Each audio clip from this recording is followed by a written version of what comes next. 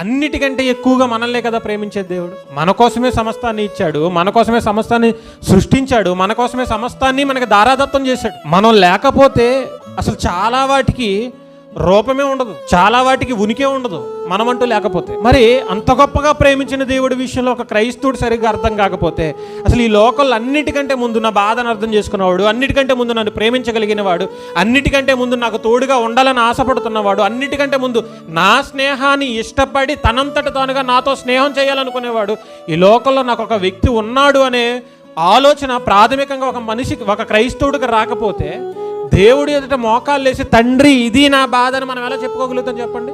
చెప్పుకోలేము.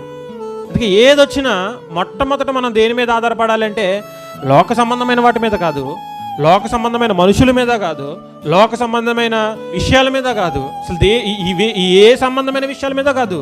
ఎవరి మీద ఆధారపడాలి?